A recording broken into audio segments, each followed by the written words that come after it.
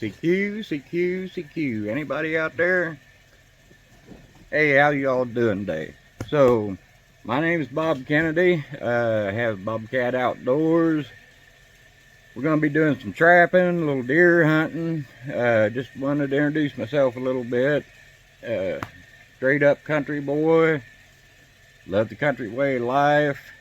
So anyway, the CQ part of it, a little bit there. My grandpa and my uncle was big into ham radios, and that's how they started off the conversations. They hollered CQ, and I got into it, and just getting into the nostalgia part of things, getting a little sentimental the older you get, and you start thinking about things you did as a kid that meant nothing back then, and now it means so much. Wish you could have it back. So anyway, Bob Kennedy's my name. Like I say, hunt, fish, trap. Gonna be buying some fur this year. I got my fur buying license. I did taxidermy way back in the day. Anyway, it had all my equipment stolen and I got out of it. Really enjoyed doing that, and that's what we're going to be doing some this year, and I'll take you all along for the ride. Should be fun. Like I say, gonna do a little deer hunting, probably not near as much as usual. Yeah, it's a Augie doggy, a little old beagle dog. He's named after my granddad. He just absolutely loved dogs. He was a big time coon hunter, run plot hounds. He actually used to buy all his Christmas with his coon hunting money. Worked a full-time job at the foundry, never missed a day of work, but back then, you know, money was tight. Coon hunting supplemented quite a little bit, so not so much these days. You can still make money trapping, but it's not just selling the furs. There's a lot more to it. So anyway, this is gonna be my first post. Not really comfortable talking to the camera. I am not high tech at all, but we're gonna give her a shot. I set my first trap when I was like 7 or 8 years old, catching possums down on the levee there in old Canton, Missouri. Caught a few skunks, muskrats. My first coons, I didn't sell my first 2 coon.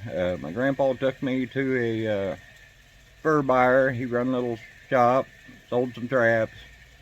My first 2 coon, I traded for 2 dozen 1.5 coil spring traps.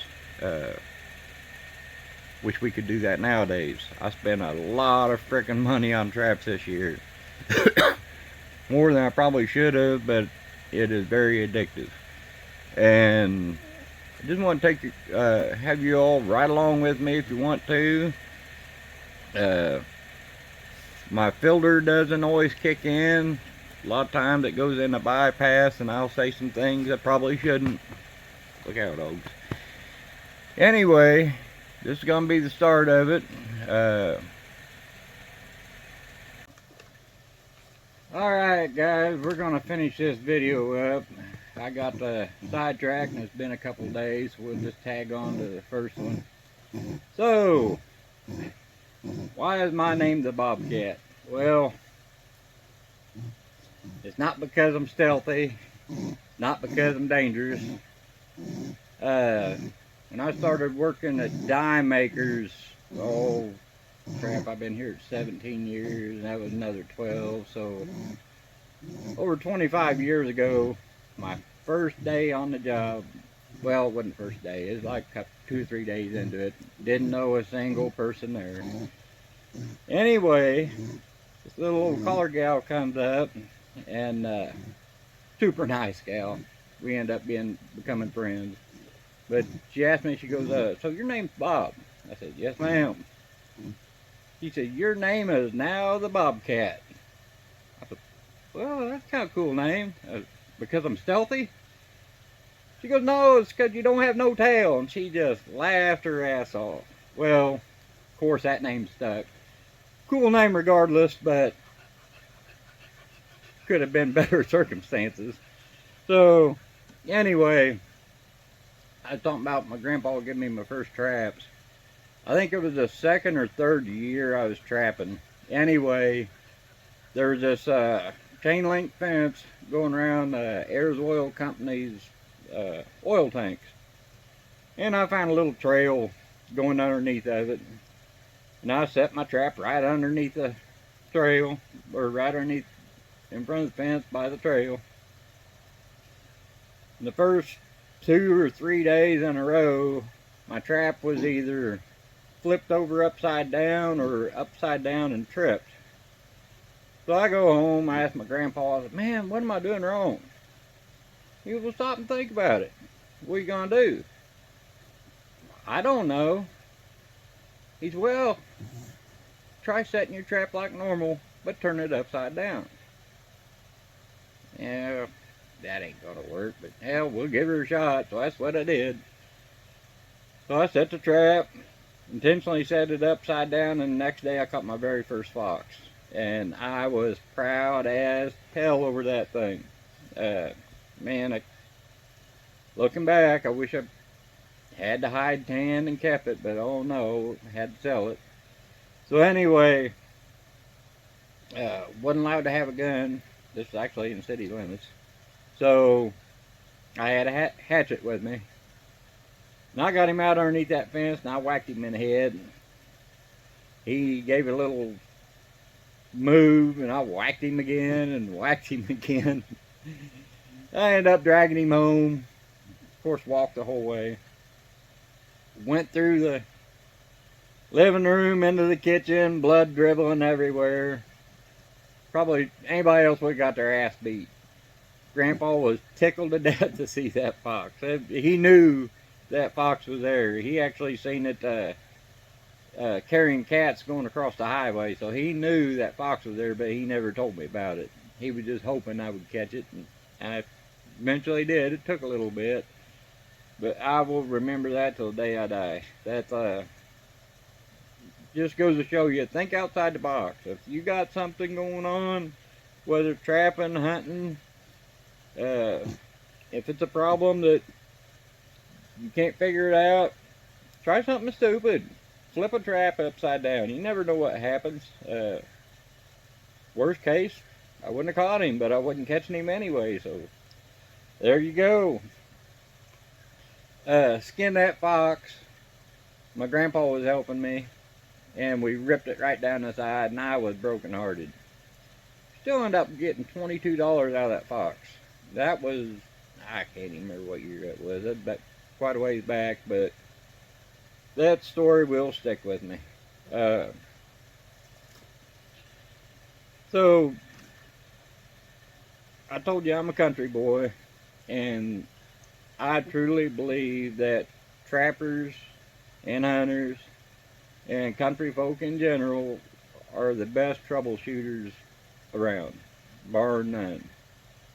I'm working at a die-cast factory, and that troubleshooting has come into play many a time. Something I really love doing. I love fixing problems.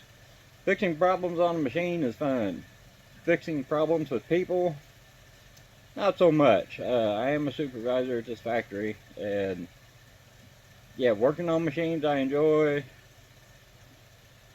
The people issues, not so much. I mean, some of it is okay, but most of it is a freaking headache, and a lot of you can relate to that.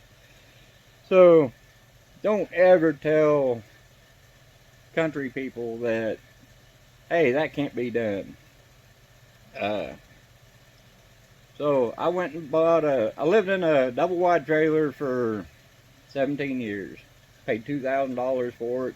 We used a couple tractors to drag it 1.5, 2 miles to the property I bought. Anyway, got it set up. It was as my neighbor said, that trailer was tired before I got it, and I made it even more tired.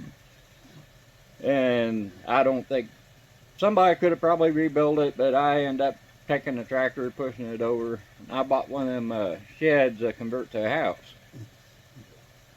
So anyway, it was supposed to have 8-foot walls, and the loft had a double loft, and it was supposed to have been dropped a foot. That would have gave me a 4.5-foot upstairs. That's kind of tight. But anyway, even though I paid for it, when they delivered it, they did not do that. I did not get the 8-foot walls with the 1-foot drop. So my loft was 3.5 foot tall. Well, goddamn it, people, you can't do nothing 3.5 foot. Hell, even old April May here would, yeah, I guess I could have made her a good doghouse, but no, that's just wasted space. So I told a good buddy of mine, Crafty, that, hey, I'm going to cut that roof off and raise it. He said, oh, hell no, do not do that. Please do not do that. You're going to ruin it. Challenge accepted. So I did some studying. I did all kinds of bracing. I actually took a Sawzall and a splitting wedge, and between the wall plate and the ceiling plate, I split it all the way around the house. Well, anyway, and after I did that, I screwed it back together at certain places, and I marked those. Went and got 8 handyman jacks, made some pockets, and I actually raised the roof 4 foot. My aunt next door, she knew I was going to do it, but she didn't know when I was going to do it. So anyway, she came over. I didn't go over there for breakfast or dinner. She's like, oh, I'll bring some sandwiches over. Well, by that time, I already had the roof raised 2 foot. She's like, oh my God, no, you need help. Call somebody. So I called a good friend of mine, Larry Crystal. And anyway, Larry, he's the type of person that will do anything for anybody. He dropped what he's doing and come running. Well, by the time he got over here, I already had the roof raised another foot. But he helped me raise it to the last foot, and I already had my pony walls built and everything. So the house is a wreck right now, especially during trapping season, and I still got a little insulation to put up, and haven't started on the siding. But anyway, I'll spin this around here. So that is a 4.5 foot or 4 foot raised ceiling. And another thing, here I'll show you this. So I also put a beam up. That bobcat right there, that is the first bobcat I mounted. Sorry about that. That is the first bobcat I mounted. Tried to figure it up. I think it was 32 years ago. Said I did a little bit of taxidermy back in the day. So I mounted that bobcat for a guy that owned the business, and he said, do it for free and I'll give you some free advertising. Hey, I can do that. That'll work. So anyway, mounted it up. Him and his wife was both happy with it. They put it in their shop, and then he put his name under it.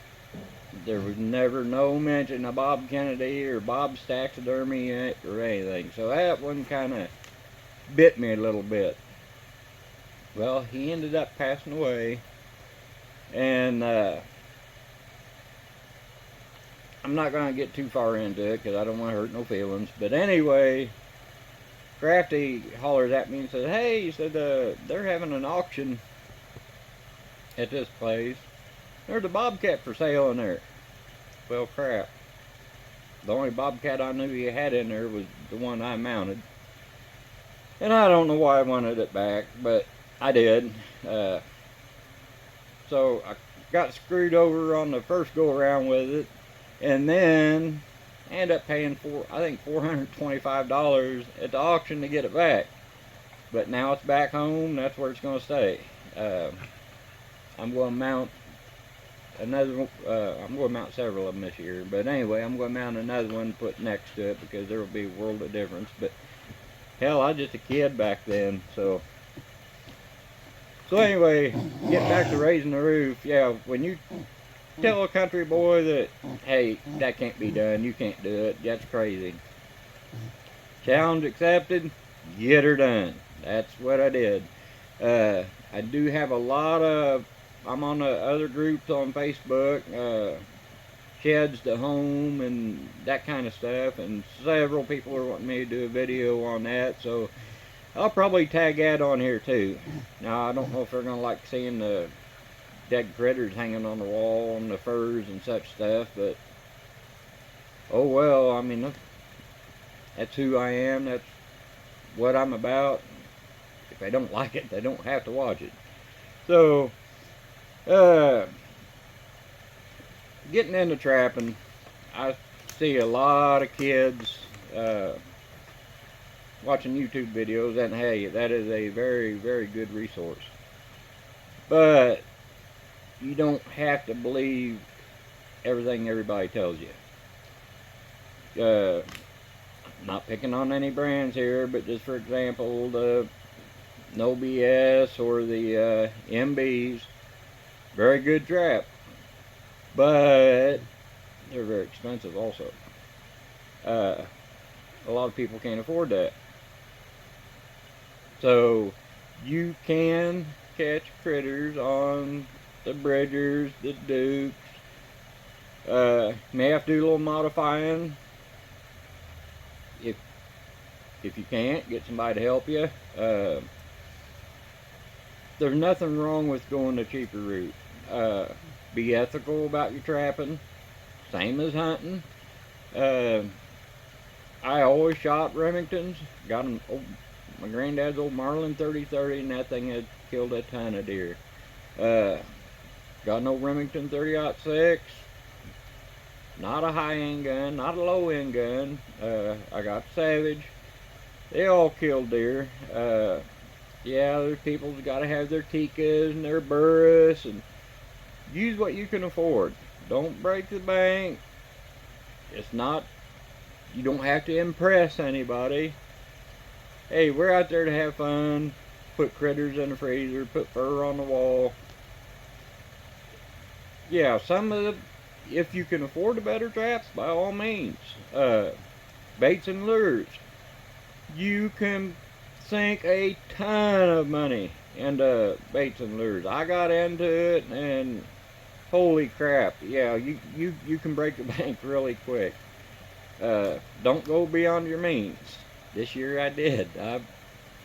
I went full boogie woogie on it, but if y'all do follow along, you'll learn that's what I do. Yeah, there's no half-ass about it. Just get after it. If you need it, buy it. If you can't buy it, make it. Don't steal it. So, but you can get by with a lot less than other people just by using a little ingenuity. I got my little notes here. Like I say, just do what you can afford. These 4-coil traps, probably gonna step on some toes here too. I think if you 4-coil a trap, it should be laminated or have the thick jaws, the cast jaws. And that's for making an animal more comfortable, not doing as much damage. Back in the day, hate to say it, we really didn't care. All we wanted to do is put critters up, and if it mangled their foot, big deal, nobody's gonna see it. There wasn't all these YouTube videos and all this shit going around. But the older I get, the more you think about it, we're not intentionally hurting animals. we try to make it as humane as absolutely possible. So the 4-coil traps, I don't believe they're necessary. A couple beaver traps I left the 4 coils on, but more often than not, all the other traps, I took 2 of the coils off. I'm just running 2 coils. And they work just fine. They clamp up plenty hard to keep a critter in the trap, so I don't believe that's necessary. Numbers. It's easy to get caught up in the numbers on, especially YouTube. Hey, such and such caught 180 coon in a day. That's freaking awesome. But not realistic for most people. Where I'm at here in northeast Missouri, there's not that many coon. I mean, you could drive probably 100, 150 miles, set traps everywhere, and you could probably do the same. But for most people, it's actually that has a job, or if you're going to school or whatever, it's not realistic. And don't get caught up in the numbers. Go have fun with it. If you catch 20 coon and 10 muskrats, 2 possums, a skunk, maybe a coyote or a bobcat, that's awesome. Have fun with it. I got caught up in the numbers and it took the enjoyment out of it. Now I'm just going after whatever I can catch. And I'm not targeting just one animal. If it's got 4 legs and fur and it's a fur bearer, he's a target. He is on the list.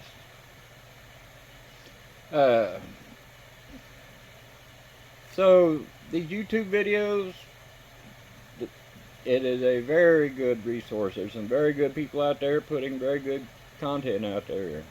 Coon Creek Outdoors is awesome. Ed Snyder, Kansas Trapline Products, he's awesome. Met him at the Missouri Conservation, or the Missouri Trapper Association. Super cool dude. He will stop and talk to anybody. If you got a problem, he will talk you through it. Gave me some very good ideas. His videos, a lot of good content. I like Dale Billingsley's videos. I got one of his hats just because I don't have a freaking clean hat, and I don't know about advertising somebody else's products on YouTube, but there it is. Sue me. No, please don't sue me. But anyway, past that. Yeah, old Coon Creek, Dale, couple other Iowa boys up there hammer it hard. They got good content. Next Gen Trappers, Iowa Trapper. Iowa Trapper is very dedicated to the younger generation. I shouldn't say younger, newer trappers, and how to do it ethically. He gets some very good information out there, so please go to their sites, like and subscribe. Them boys really hit it hard, and they, like I say, very good content, very good, very ethical trappers.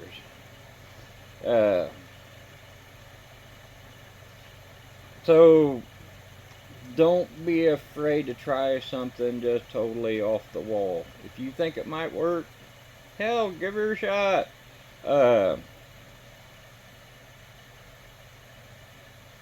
I'm doing a thing, I'm calling it the turtle shell set. Every time you think you come up with something new in your head, a couple weeks later you see it on YouTube or infomercial or whatever. I had this idea to make a deal that would actually grab a hold of the trap and release the trap without touching the animal. And I actually started already building a prototype. I'm thinking, oh, this thing's going to be awesome. Nobody's ever done it.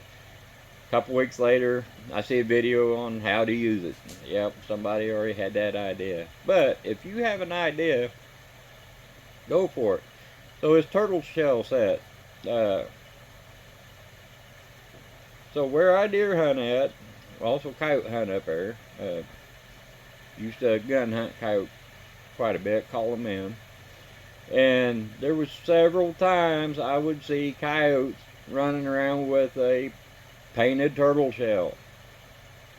And hey, that's what I'm going to be using this year. I only got a couple shells. Live in a floodplain. They have a lot of pump houses. Every spring, well, not the last couple springs, but usually every spring when the floodwaters come up, they pump that water out so the farmers get their crops in. Them turtles can't swim in that fast water, and they get caught up in the current, and they get wedged up against the rocks or the grates or whatever, and they end up drowning. You can go down there and pick up all kinds of them. Nail them to a tree, let them rot out over the summer. They're already dead. Might as well get some use out of them. And I think if you run a T-bar right through the middle of that shell, I don't think there's a otter, coon, possum, skunk, coyote. I don't think there's a critter out there that won't go check out that turtle shell. Go slap a little bait in it. I almost know it'll work. So, like I say, think outside the box. You don't have to make a certain set just like somebody else does. I mean, if that's what you want to do, that's fine. But if you come up with something you're struggling to have a catch, it don't cost any extra to try something else. Hell, give her a shot. You never know. There's another thing I was wanting to talk about. So I seen a few videos that I'll just straight up say it kind of pissed me off. So they're comparing traps. So the guy's got a standard Duke, one of the cheaper traps, and then I think he had an MB 550 or whatever, and he's comparing these. He's like, oh, this jaw's so thin, this jaw's thick, this chain's better, this, and he went on and on. God damn it. Compare apples to apples or oranges to oranges. Comparing somebody's cheaper trap to a higher end trap, there's no comparison and it's not fair. The same company, Duke, also makes a pro trap. It is a cast jaw, 4-coil, built like a tank trap, just like the MB. Okay, compare those two together. But if you're going to compare, also compare the prices. Compare all ranges, not just one little item on it. You can do that about anything. That'd be like comparing my Kia to a Corvette. There's no comparison. Now, the Corvette makes a all-wheel drive little family car. Yeah, compare it. But then let's also compare prices too. So anyway, this video is probably going to be a little glitchy because I'm new at learning all this crap. Getting back to the YouTube real quick. So I had no idea all these videos and content was out here. I just got internet last July, and all the movies and content on there, holy crap, are you kidding me? I mean, I've been missing out. And I was not one to sit in front of the TV all the time, but this freaking YouTube thing, yeah. One of the first trapping videos I seen was Coon Creek Outdoors, and there was all kinds of new stuff that I never heard of. The earth anchors and drowning rods and all that. I mean, we did it old school. We still caught stuff, but we did it old school. That's pretty awesome. So, I got one real quick funny story. I thought it was funny.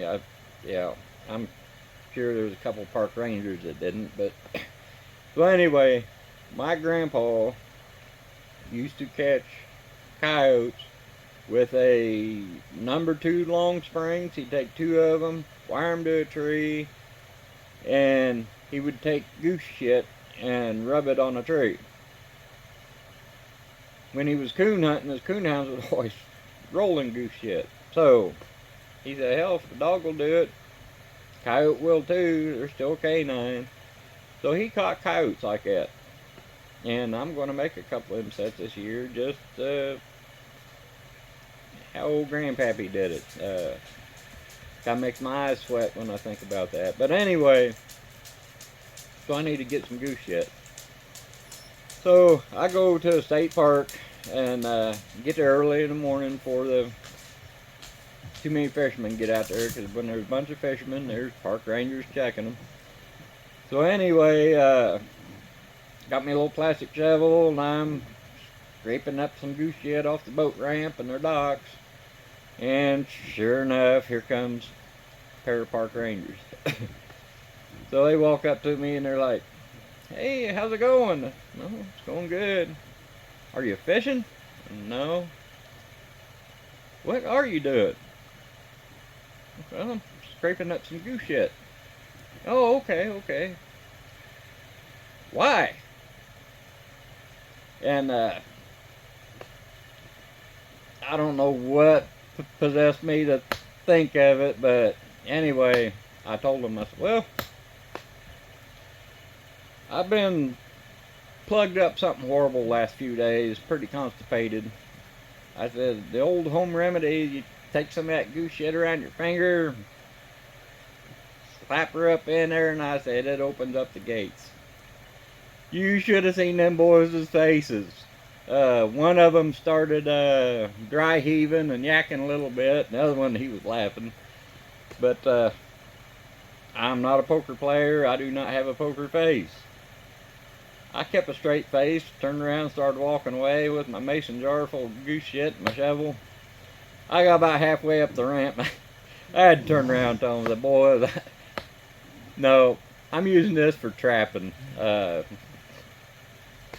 And the one actually got a little pissy. The other one, he was laughing. He's like, you about made that old boy hurl. So my sense of humor can go a little bit on the wild side at times. I like having fun what I do. Actually having fun with this. April May's over here making all kinds of freaking noise and shit.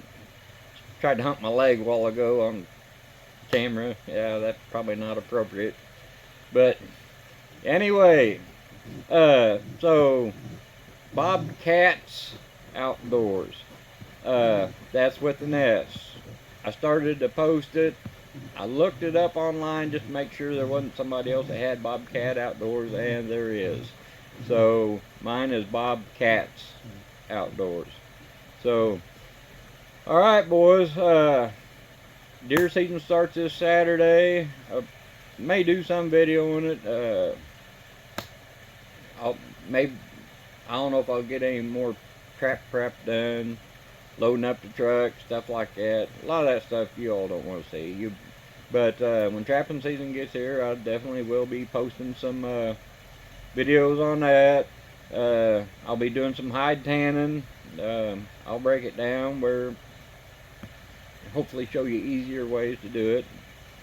Maybe my way ain't the easiest, but maybe you can learn something. Maybe I'll learn something from comments. We'll do a little taxidermy also. I've mentioned that. So anyway, you all have a good day, and Bobcat out.